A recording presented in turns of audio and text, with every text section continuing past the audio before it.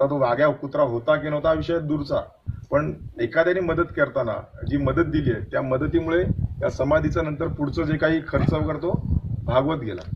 त्यामुळे अगदीच प्रत्येक गोष्टीला विरोध करताना आपण आपलं बुद्धी वापरायला हवी की वाघ्या कुत्रा नाही म्हणून तो असे करा, पण त्याच्यावर जो शिलालेख आहे लेख आहे तो त्या होळकरांचा आहे, म्हणजे धनगर त्यावेळच्या धनगर राजाने जी काही मदत केली त्यामुळे आपल्या महाराजांची समाधी उभी राहिली. हे धनगर राजांचे आपल्यावर फार मोठे उपकार आहे, पण अजूनही जो धनगर समाज आहे त्याला ही गोष्ट अजून कळली नाही. दुर्दैवाने त्यांना ते या गोष्टीपासून नेहमीच लांब असतात, कारण की ज्ञान नसतं की त्यांच्या म्हणजे आपण होळकर जे धनगर राजे त्यांनी किती मदत केली या गोष्टीवर. दुर्दैवाने तो समाज या गोष्टीपासून दूर असतो की आम्हाला या पैशाविषयी पडायचं नाहीये.